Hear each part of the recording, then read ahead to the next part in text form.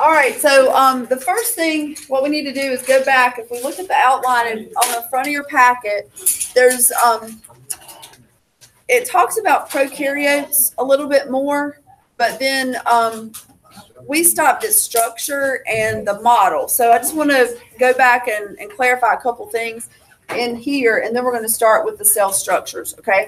So also with bacteria, they were the first life to evolve on Earth.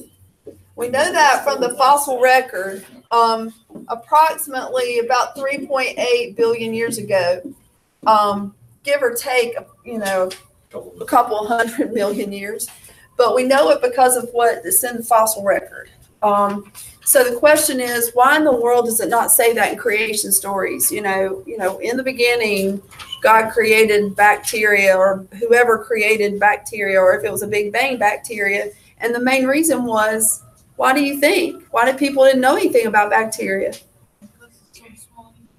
Exactly. It's microscopic. Nobody had any kind of technology. They would have any clue. In fact, if you got sick with a bacterial disease, usually you were not you were not in God's favor, or you were spiritually being punished for something.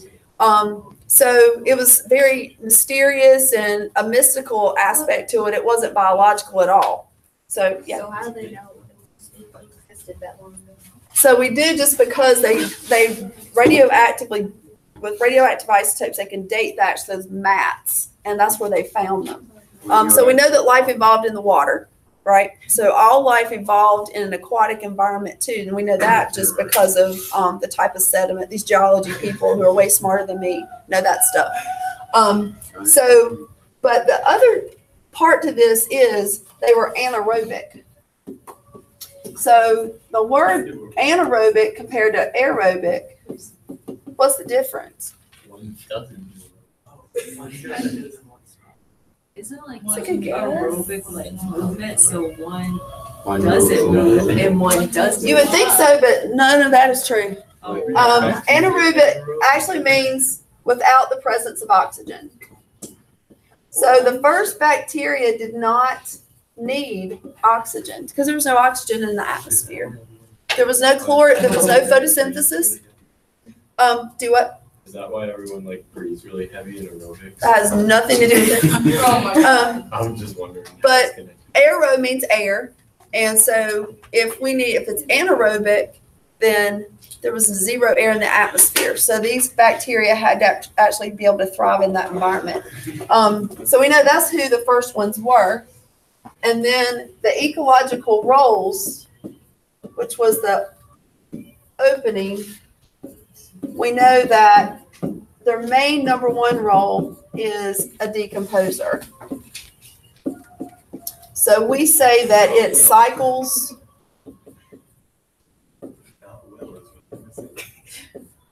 Well, that's one way to do it. Let's see, matter,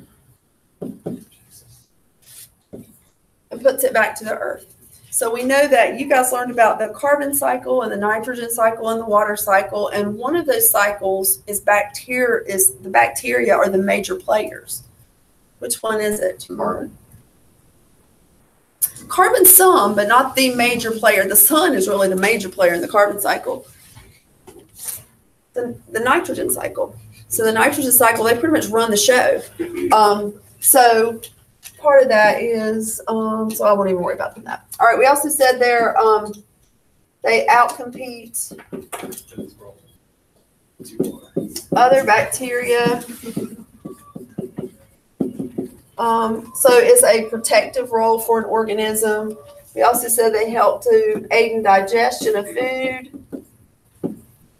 and be able to get some minerals like vitamin K out of some food that you might not be able to get otherwise.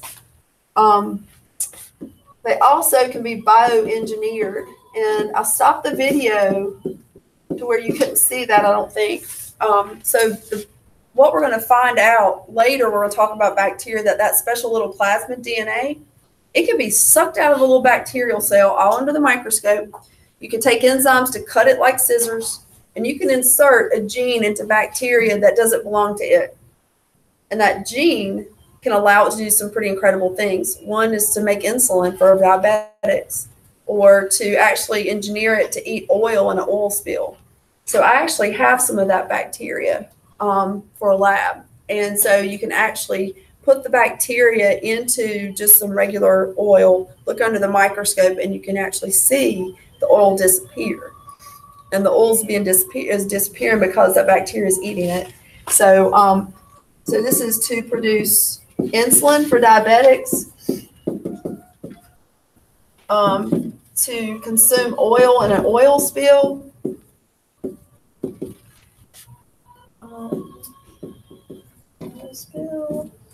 So those are just some, I mean, there's lots of different applications, but those are just a handful. And then also we said something about manufacturing foods.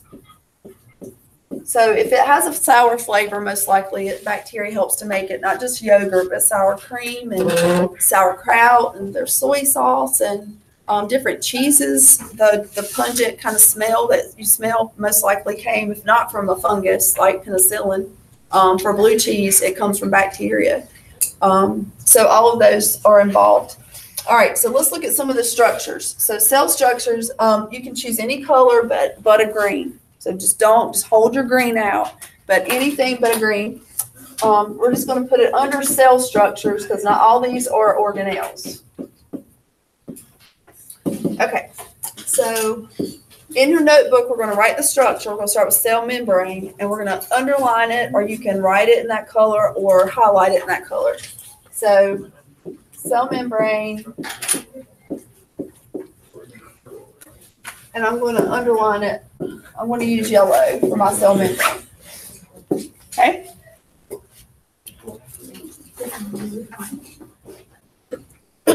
Okay, so what is the role of a cell membrane? What do you think?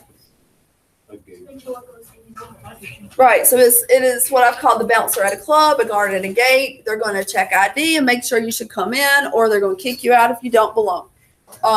They may say, please get out because you're getting ready to poison my cell, or I need you to come in because we need you desperately. So it's going to be the gatekeeper. It's going to control what comes in and out of the cell. All right, so it's selectively permeable.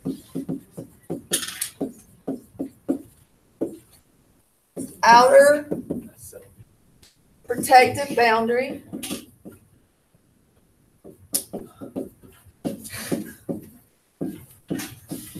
Made of or composed of a phospholipid bilayer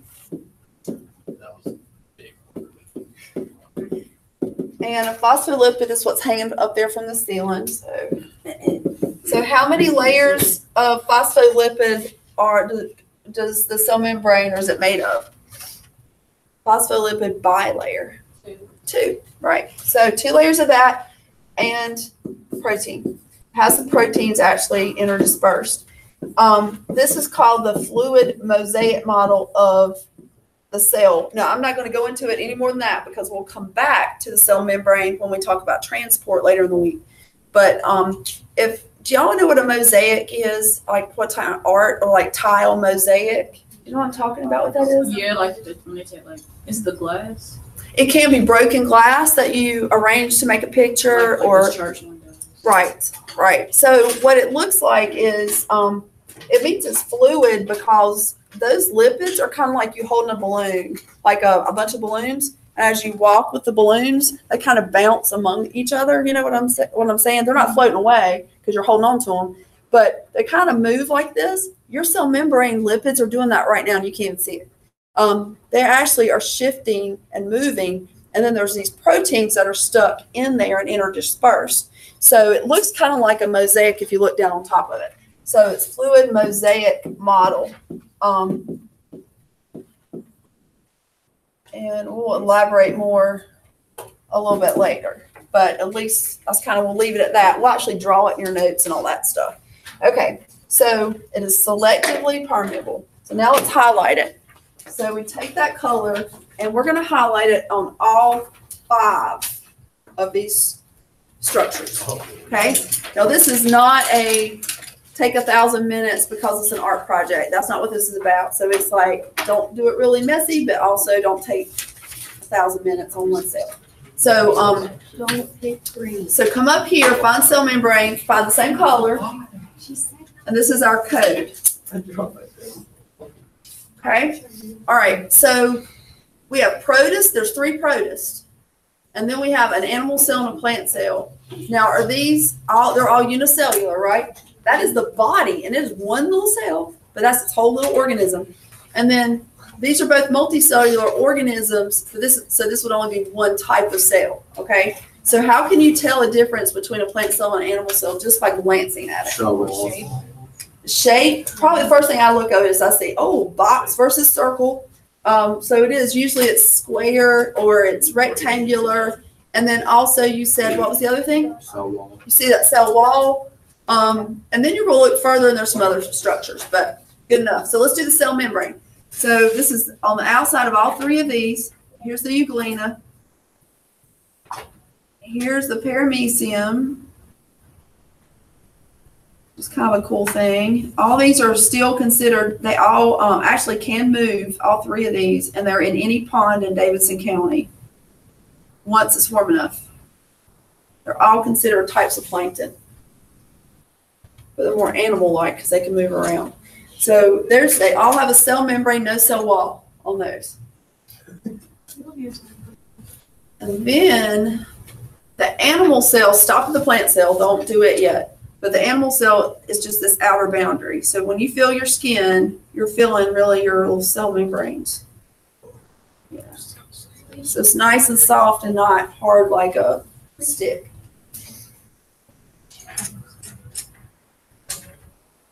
Okay. So where did you put the cell wall when you made your bacterial cells? Outside of cell membrane. Okay, so the same rule is true. So this big thick area is going to be the cell wall. The really little skinny line on the internal, like on the internal skinny line, that's the cell membrane. So I'm just going to kind of highlight just that really skinny line, but try to leave. And I'm so looking like I'm actually coloring that. It's the inside. I didn't do a great job at the beginning. So okay. So there's the cell membrane. So the next one's going to be the cell wall. So there's only one place to color that in this diagram. So we'll just take a second color, not a green still. I'm just going to use a red. It's easy. And that's going to be this outside part. Okay, so cell wall.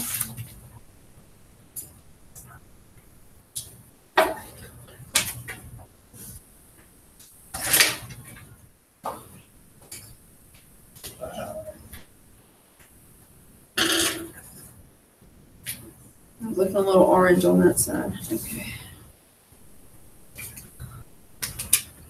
I know I can do it too quick. All right. Is that good? So cell wall. Fluid and flexible or hard and rigid? Right. Okay, so when you walk outside and you're stepping on brown, dead leaves, you're stepping on cell walls. You're crunching them beneath your feet. That is all cellulose. So if you were to go eat a bunch of dead leaves, all that cellulose is fiber. It would just pass right on through your body. There's no nutritional value for you because we don't have an appendix that works. And we can't digest it. So the cell walls, we know of fungi or chitin, and there's bacteria has a different type. Peptidoglycan is what's in their cell walls, most of them. Okay, so different materials, all of them are a card. So cell wall we're going to put next, and then we're going to go to nucleus, nucleolus, and I think DNA. So let's go back here. All right. So cell wall, and then we're going to need 3 different colors for the next part. Okay.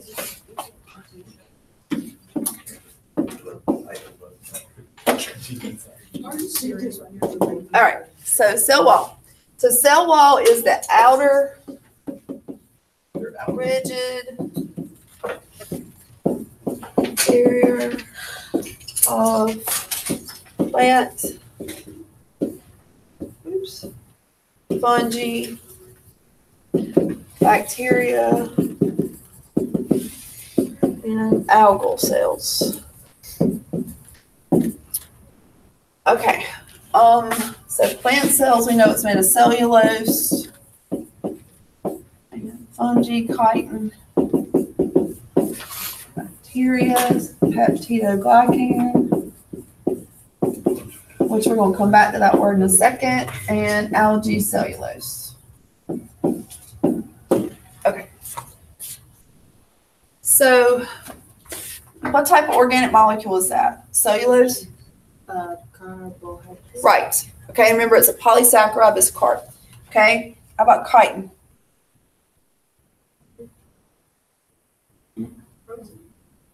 Polysaccharide, Nucleic still a acid. carb, just different kind. So when you pick up a mushroom, like a raw mushroom, that sponginess, but still kind of hard, that's chitin. Peptidoglycan. Nucleic acid. Pepsin, peptide bond. I want to say carbohydrate, but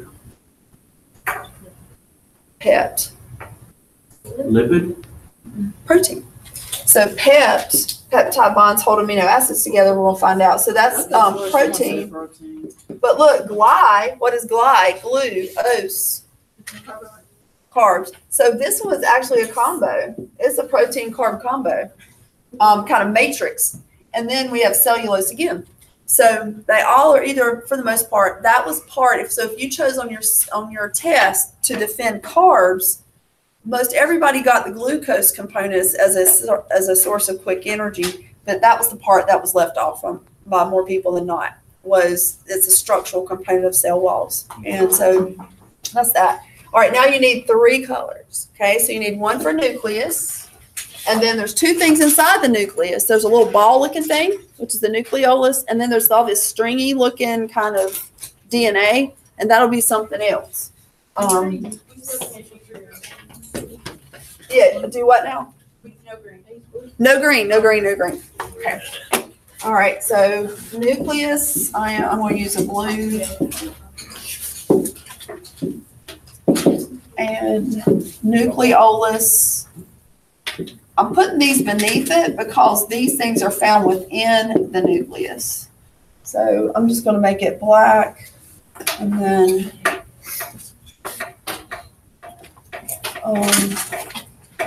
chromatin.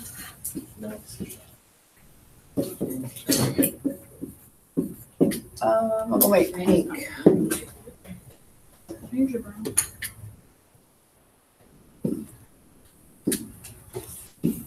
Oh, that is not pink. Where's my pink? Oh.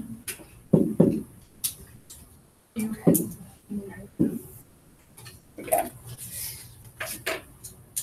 All right. So everybody got yours set up for whatever color you want to use.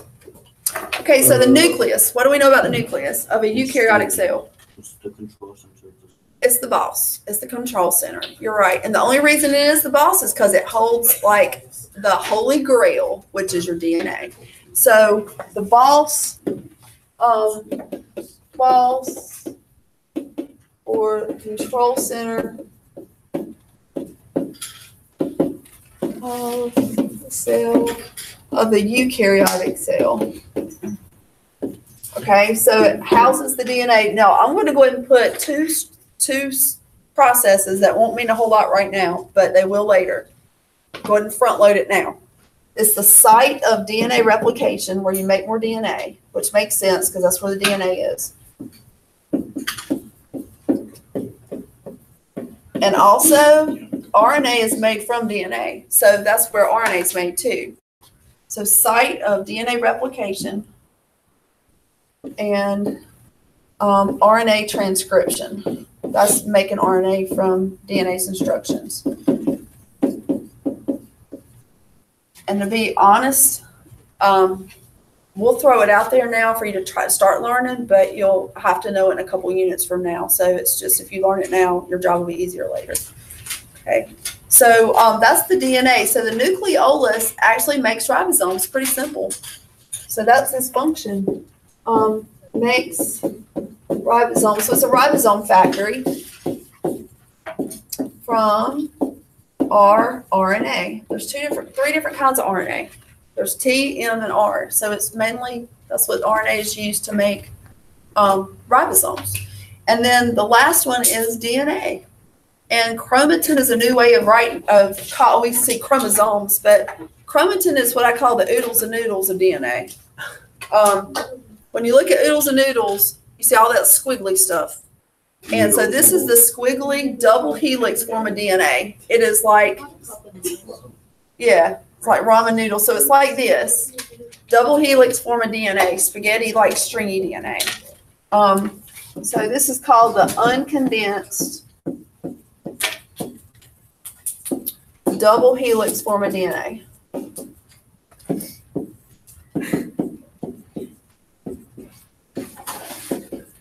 And remember, DNA holds the blueprints for making all the proteins. That's what your traits are when you look in the mirror, is a bunch of protein. Okay. All right.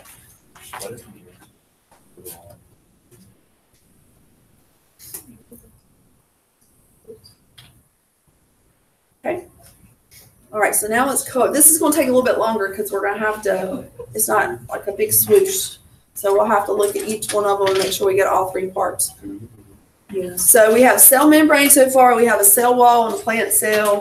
Now we're going to put our nucleus. So mine's blue, so I'm going to grab this royal. Okay. 1 second. We have 20 minutes. Gotcha. I kind of used the like a green. Okay. Are y'all good? Can I flip it? No, Close. not yet. Okay, find the structure in each of these that looks kind of like a circle that has an eyeball inside of it. It looks like it has like a little dark dot inside of it. Yeah. And then there might be some squiggly stuff inside. They're not all in the same place. So we can't say that a nucleus is always the center of a cell because it's not. But it is, sometimes it gets pushed out of the way, especially in a plant cell. So here we go. Let me make it a little bit bigger so you can see. So we're going to do blue for me for nucleus. Nucleolus is black. Need a black marker.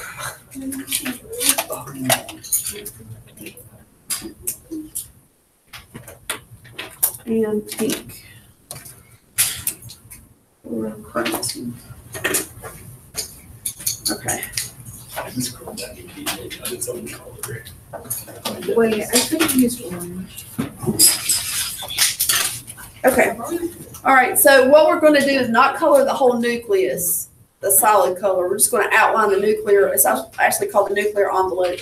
So for this one, we're just going to do this. Okay. That's all it is. There's the nucleus.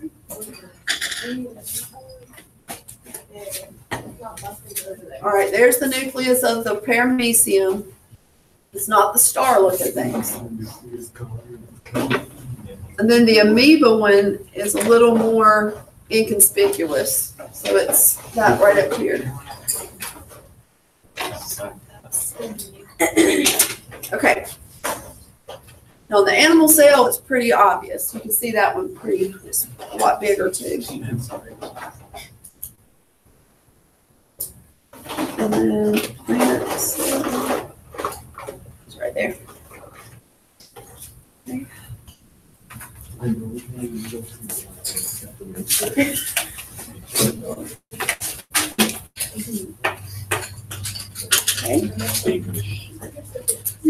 All right, are we good so far? 1 second. Now, nucleolus to me was a black line, so that's all of them are already black. So I'm just going to put a dot, but I mean it's going to be the little dot, not the squiggly stuff, just the little dot inside of it. So that's the ribosome factor. Nucleolus. Yep. Or you can say nucleolus or nucleolus. Both of them are correct.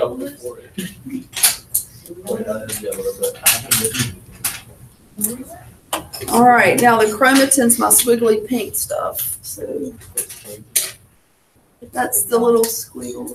I am not very smart.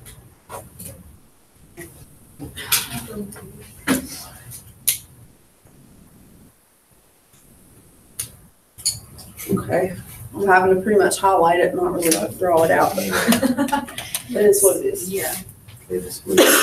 Yeah.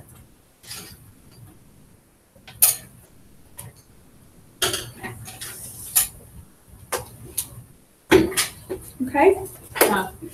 Is this stuff coming back? Do you remember? No. Some of this A stuff? little bit. Can't come back. Okay. All right, so let's do ribosome and ER will be next. Okay, we're gonna start here and then go through this, so that way we can figure out what everything is and then we can write in your notebook. Okay, ER. ER is a part of the endomembrane system. It is attached to the nucleus. It looks like a bunch of folds. In fact, this was an old model that was done of the rough ER, like this. Okay, so look at the folds. So it actually hugs the side of the nucleus. So do you see any little squiggle things that have little dots, ribosomes on it that's attached to each of the nuclei? That's the rough ER. Okay, Charlie, you got to listen, because if you're talking, you can't listen to what I'm saying. So the smooth ER is anything that still looks kind of like flowy coming out of it, but it doesn't have any ribosomes. That's the only reason this is called rough and the other one's smooth. So the ER should look like, yeah, you can really see it well here. See, here's the rough, and see, here's the smooth. It doesn't have any ribosomes on it. So let's color it all the same color. Okay, we don't have to distinguish between the two. We're just going to make a note up here of what's what. Okay, so let's do whatever color, so not a green. I'm going to use orange for my ER. And it's all this.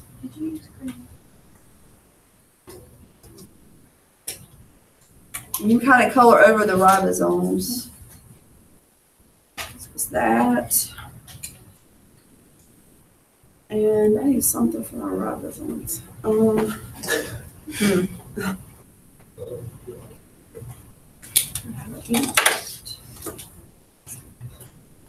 Gray. God dang. Well, the ribosomes is the dot. So ribosomes are the dots, right? So I'm just, mine are gray, and I'm just gonna do this. Make your notes interactive, because your notes are for you. They're not for me. They're not for your friends, unless, you know, you want to share them. But they're for you to help you remember the best. So I'm going to do the same thing over here. If anywhere I draw a gray little dot is a ribosome, my rough ER has the ribosomes on it. So then that distinguishes the two. So I'm going to have some over here. And then I'm going to go ahead. You see a whole bunch of dots out in the cytoplasm. Ribosomes can be found either place. You don't have to color them all. Okay, I just kind of colored some of them out there. Okay, so I'm going to do the same thing here. It's even hard to tell the difference.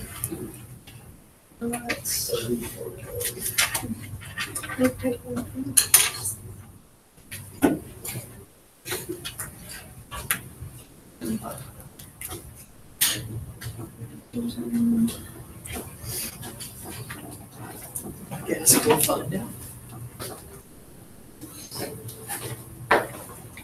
All right, y'all ask me any questions if you have any. I'm over here in my own little world talking to myself as I'm coloring. There we go.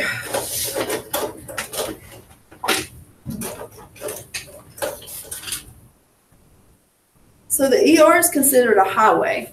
It can be more extensive than this. And so it's called the endomembrane system, a part of the endomembrane system. So it's endo being inside, its membrane can act with several different functions it can have, but part of it is to help move structures, proteins that are made in the rough ER, and kind of moves them around to the cytoplasm and out of the cell. That's one thing that it does. But so we've got rough ER, smooth ER, rough ER, smooth ER, and the ribosomes. And then at the bottom, I haven't even done this one, so you can really see the difference in smooth. So that's smooth ER right there.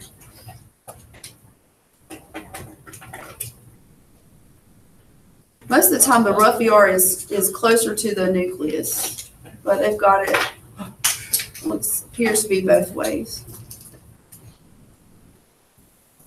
That's pretty.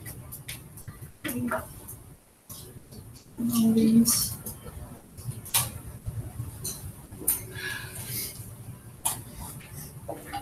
Pretty good when they grab this from these book because now I'm just making them big. Okay, so there's those, and then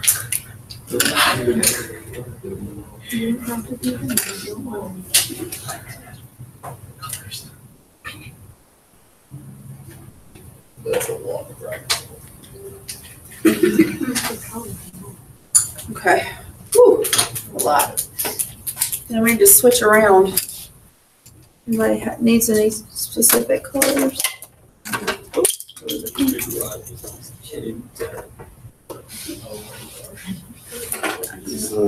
Do the one we use also, you just. Say that again. I use it, so it's Black and brown. Yeah, or just trade them around. Like if someone else doesn't have that color and they have something that you need, switch, you know? Okay, so we'll write down ER, rough and smooth, and ribosomes. See what time it is. All right, let's do one more. Do y'all have green? No. Does everybody have a green? No. Here, I have one. Grab a green. Let's go ahead and get the green out of the way so that way we won't forget and use it for something else. The green is going to be in, actually, the green's going to be in two places. It is the site of photosynthesis. So that's what makes that's what has the chlorophyll, the green pigment. So the euglena actually has some. Euglena is a weird protist in that it can make its own food by photosynthesis and also can eat. If there's no sunlight, it can eat. So it kind of does both. So chloroplast, underline that one for your green.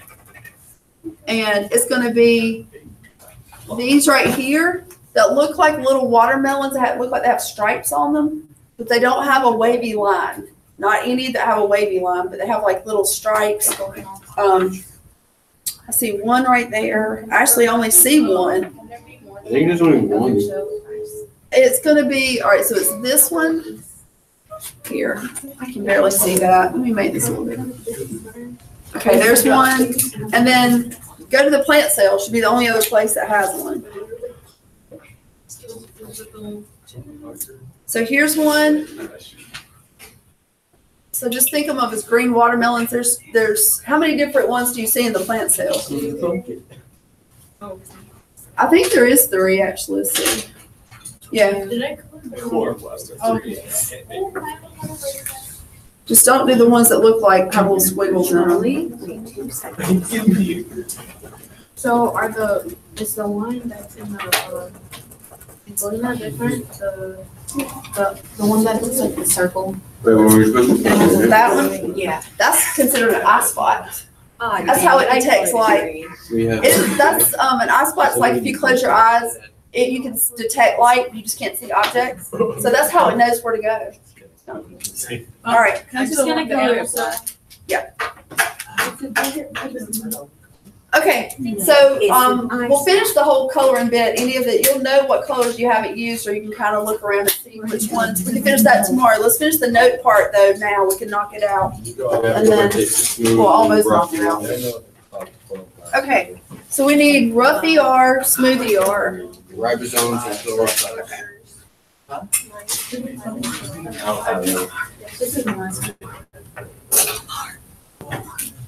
So are we done with the packet? I think so. Okay, so ER,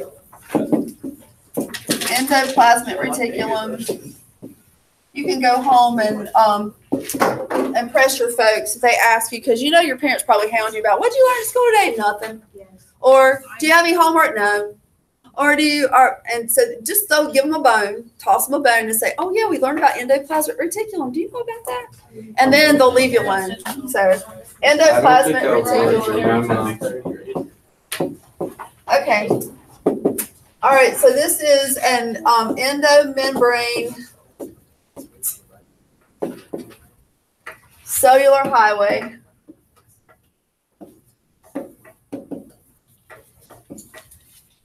For transporting substances within the cell. All right, now that's good enough if it's not honors. That's fine, except I do say rough and smooth because they need to know that's where the ribosomes are. But I want to give you a little extra. We're going to put rough and then take whatever color you were using. Mine was blue, orange. All right, mine was still rough, but then I had the gray dots. So, all right, so put some dots on yours. Okay. Enzymes produced here. I will put slash proteins produced by ribosomes here are exported. Okay, so this is what I mean. In your spit, you've got enzymes. That's what you use to help digest your food chemically, at least digest starch. So that means your salivary gland cells, those rough ER, that's where your enzymes are made. Then they leave those cells and go out into your mouth, into your spit. So that gland, that's how all these organelles have these different jobs, and they all have to that's why the cell is considered like a factory. So that's rough. And then smooth is really cool because it does some pretty amazing things too. So smooth, no ribosomes. And we're going to say here that it detoxifies toxic substances. So your liver has a ton of smooth ER. And I'm talking about, it can be an aspirin, or it could be alcohol. It can be allergy medicine, or it could be an oral birth control. It could be anything that is taken in that has to be broken down into a safer form. And what's scary is if you get a toxin that it can't break down, it stays in your body forever. Like mercury. It stays in there forever. Your body cannot detoxify and make that digestible or where you can excrete the rest of it. So Smoothie R does that, and it produces steroids. So do you remember what type of organic molecule steroids are?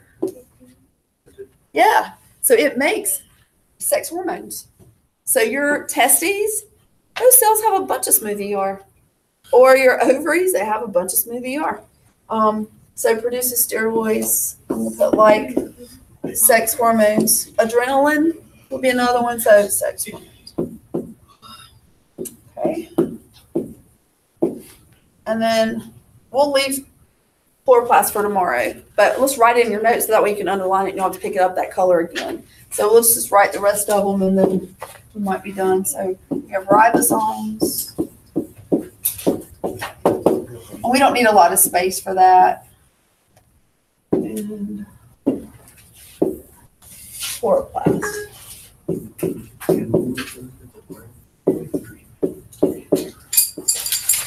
Go back. Great.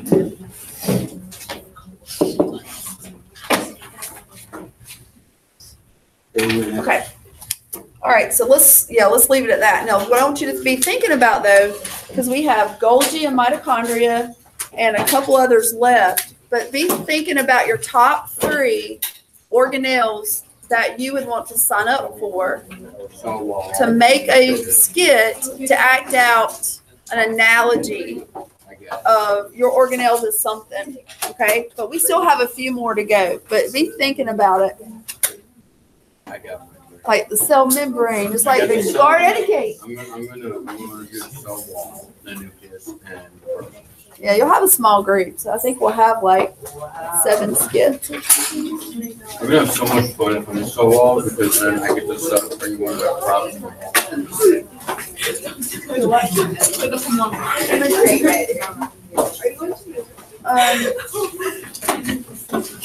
Well, you just read how we don't.